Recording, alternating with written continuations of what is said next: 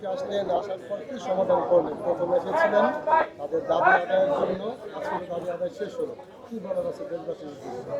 আসলে ধন্যবাদ জানাই আপনাদের সবাইকে, যারা এই ভুক্তভোগী পরিবার আপনার হচ্ছে এতিম অসহায় সুজন ভাইয়ের যে দুইটা বাচ্চা রেখে গিয়েছে তাদের অধিকার ফিরে দেওয়ার জন্য যে যার যার জায়গা থেকে পেরেছেন সহযোগিতা করেছেন। সো সেই জায়গা থেকে আমরা সবাইকে ধন্যবাদ জানাই।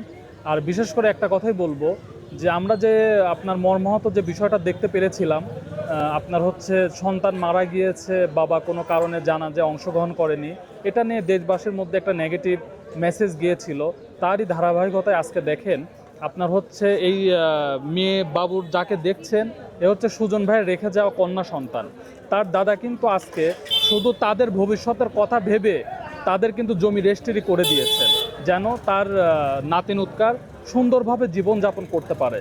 তো সেই জায়গা থেকে আপনাদের মিডিয়ার ভাইয়ের মাধ্যমে আমি একটা কথাই বলবো যে আপনার হচ্ছে আমরা সবাই এই সুজন ভাইয়ের বাবার প্রতি কোনো প্রকার কোনো নেগেটিভিটি না নিয়ে এসে আমরা সবাই তার প্রতি ভালোবাসা নিয়ে আসি। এই কারণেই নিয়ে আসি, মানুষ ভুলের ঊর্ধ্বে কেউই না।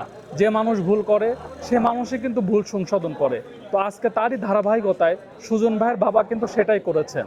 আজকে তিনি এতটাই একটা বড় মনের উদার পরিচয় দিয়েছেন যে দেখেন সে কিন্তু ৬% জমি তার দুইটা নাতির নামে লিখে দিয়েছেন।